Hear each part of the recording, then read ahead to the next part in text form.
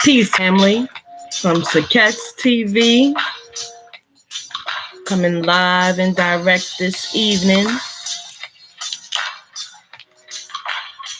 See if we can clear up a few things and put some fresh new thinking out there about the infamous shea butter.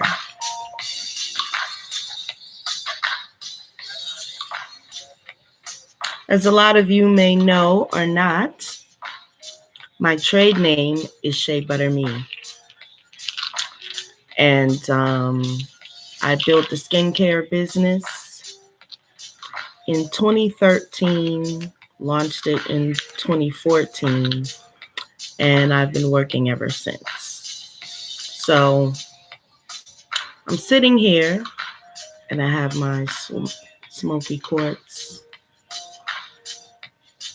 and my blue topaz. I'm also a Scorpio, so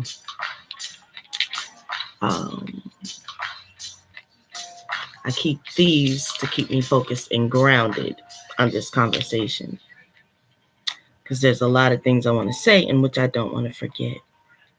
A lot of you may know the history of shea butter. Its earliest location is West Africa, and all over Africa, shea butter trees are abundant.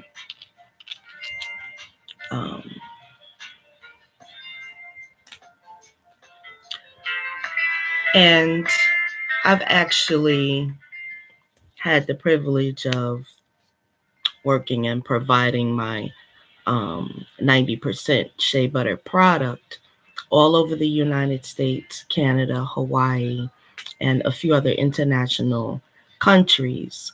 But as you may know, when you're a small business owner, the shipping international can become quite costly. And so we kind of pick and choose which countries we can get our product to. I've also been able to penetrate the retail market. We all know that there's millions of brands or types of lotions that are shea butter that they say contains real organic shea butter. One of the things I've learned in this business is that's mostly not true, especially the commercialized versions of lotions. So there's nothing like getting your product directly from the source, in which Shea Butter Me works directly with Ghana, and we've done that since day one. We've been able to secure a supplier that is consistent. It's been very consistent. And so, yes, we take pride in being able to offer real shea butter from Ghana. So there's been some talk that I've been hearing and not addressing for the past couple of years in reference to shea butter by other Black entrepreneurs. And they made comments like, shea butter baby, as if shea butter is played out. It's even been said directly, shea butter is played out. And, shea butter is talked about on some low level. And I'm here to say that's typical and expected, because being a person that deals with shea butter sales all over the United States, as I've mentioned, I can tell you other nationalities don't have that mentality. And it seems to always turn out that way, that it is our people are so negative. I can tell you Shea butter is alive and well. It's being used in the pharmaceutical industry, the medical industry, because of its anti-inflammatory properties. I actually make a superb achy muscle balm, a healing balm, among over 50 other products that I've been able to create and build a quite lucrative business with a base butter that I use, which is shea butter. And so the shea butter goddess community of the world, and I'm sure I speak for a lot of sisters in Africa, because many businesses and homes are being supported in Africa by the sale of shea butter, and cultivating it in its other forms that it can be used in. And so, it just behooves me that our people seem to always stoop to the bottom, you know, of the mental level when it, comes to our products. You know, of course, it's not just shea butter, it's anything that we seem to be able to take and build from. It always gets torn down verbally by some other, uh, someone who would consider themselves to be conscious. Why must we do this to each other all the time? I've patronized and contributed to a lot of different um, small business owners in the Black conscious community. And me being a entrepreneur myself, it's just sad that we have to, you know, go to those measures. When I can honestly say and show proof of sales that um, many nationalities, I can tell by the names of my customers when I'm shipping out their products that they are not African American, a lot of them. A lot of people from the South. And let me, disclaimer, not all African Americans have this mentality. It's just a certain few that seem to think that what they're doing is so much more important than anything anybody else can take and build a business off of.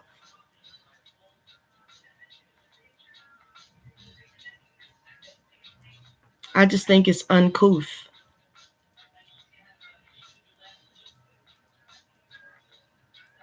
Because if you're conscious, you know that you're not building up yourself up anymore by, putting somebody else in their genre of business down. And it's just you talk about it on one end, but then you yourself are seen doing it.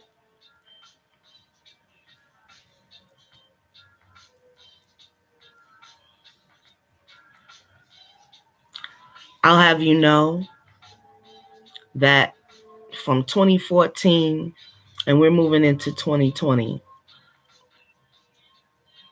I've broken into the retail market of a large conglomerate chain, which is Walmart. And I have one product with Walmart. And at any time, I could submit any other products. It is a convoluted process, but once you're in there, you're in.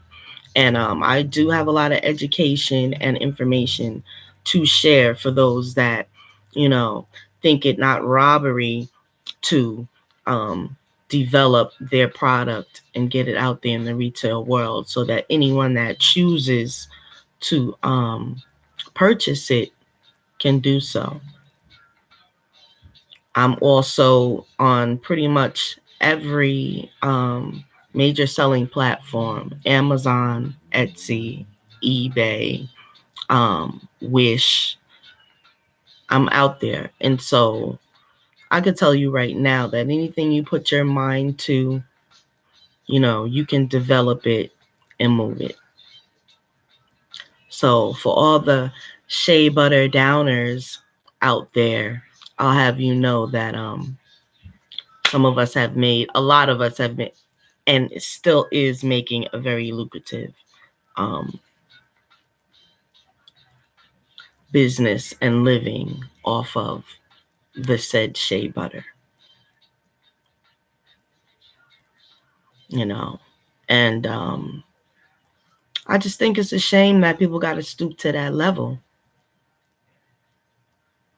you know. And if that's the mentality, then if you're an entrepreneur, you probably won't be taking your products that far, or your goal, your dream that far, if you have that mentality, you know, because there's nothing new under the sun. And, you know, most of the things that we sell, we can find it other places. And so we have all these other nationalities that are partaking into the flexibility of how shea butter can be used. You know, it can be brought to a liquid, to a solid fast. It holds other ingredients very well. A lot of your pharmaceutical balms and creams, their base is made out of shea butter. They've actually found a way to GMO shea butter. So the actual yellow, thick, heavy shea butter that you would get from Africa is never going to go out of style. Because by the time you get enough of receiving all of your fake product, um, then those of us in lowly Shea Butterville resurrect um, the popularity in the Black community about our different butters. Now, shea butter is not the only butter out there. I actually make aloe vera butter, mango butter, and I import my mango butter from Ghana as well. So all lotions and creams have a base, and most likely it's one of those butters. If it's not the shea butter, you know, there's cocoa butter, like I said, mango butter. There are a lot of different kinds um, of butters, but one of the most versatile and flexible um, and beneficial is the shea butter. Like I said, a new finding just came out that it has a very high anti-inflammatory property. There's even an organic edible version that is slowly being introduced, but trust, it has been being used for centuries as an edible oil that can be used for cooking as well. So, the big industry, retail, wholesalers understand the value of shea butter. And so I just wanted to come on here as an entrepreneur and a person that survives off the blessed shea tree. Um, it will never go out of style. It is one of the most used products in the entire world at this time. So your thinking is what's out of style. And on that note, I'm going to end this segment because I have another segment to come on and teach about actual history and talk about the different women's organizations around the world that have, including Fair Trade, that has taken the sacred shea butter tree and turned it into a lucrative business that is sustaining many communities. And as long as they're making products, butters, and lotions that are heavy in chemicals, there will always be a need for shea butter. And that's coming from Shea Butter Me. I'll see you all soon. Peace, Uncle Josh Seneb. And remember, as above, so below, all things are possible if you want them to be. until you don't ever have to let anyone else's negative um, mentality affect you. You use your own mind. Peace. Ohanru.